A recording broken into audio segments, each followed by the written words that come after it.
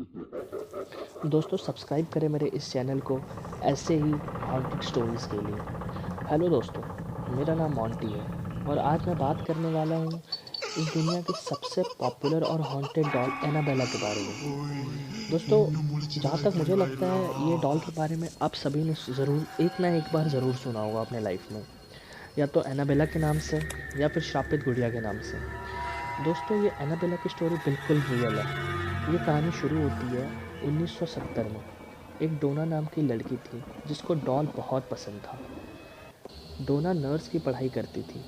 एक दिन डोना के बर्थडे पे उसकी माँ ने उसको एक एंटिक डॉल गिफ्ट की।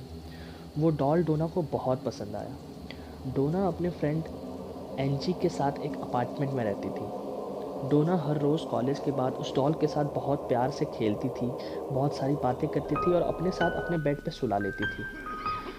अब तक सब कुछ नॉर्मल चल रहा था, लेकिन कुछ समय बाद उस घर में बहुत अजीब और गरीब घटना होने लगी। जैसे कि एक दिन डोना कॉलेज से घर आई तो उसने देखा कि डॉल अपने जगह पे नहीं थी। डोना ने डॉल को अपने बेड पे रखा था, पर जब वह कॉलेज से वापस आई तो उसने डॉल को सोफे पे देखा। जब डोना ने एनजी से ये सारी बात कही तो एनजी ने कहा कि मैंने भी ये नोटिस किया है कि ये डॉल अपनी ही आप ही एक जगह से दूसरी जगह पे आ जाती है। वो दोनों काफ़ी डर जाते हैं।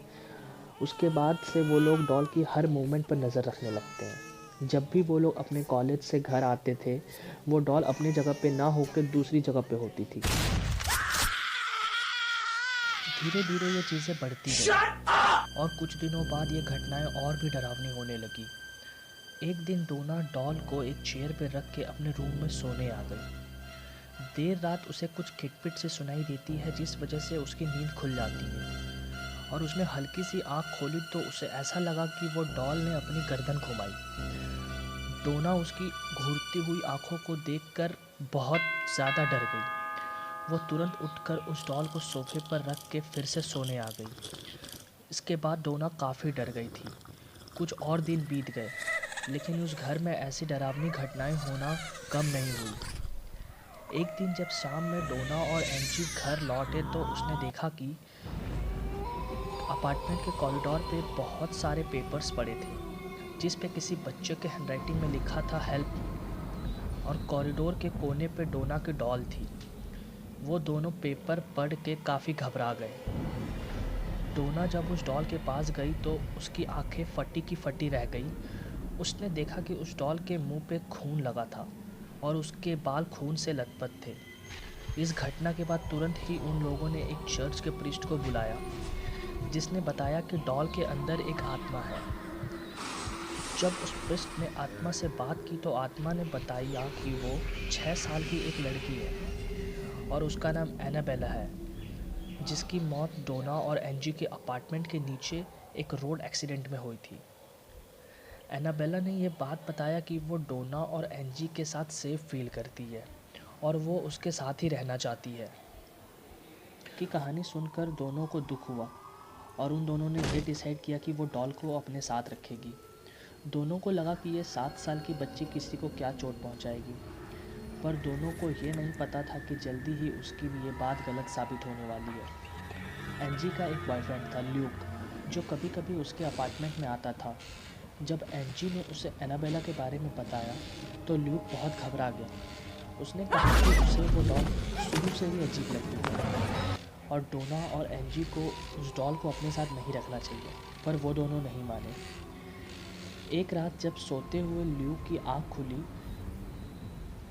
तो ल्यू ने फील किया कि वो अपने शरीर को हिला नहीं पा रहा है। वो घबरा गया और उसे एक छोटी बच्ची की हंसी सुनाई दी।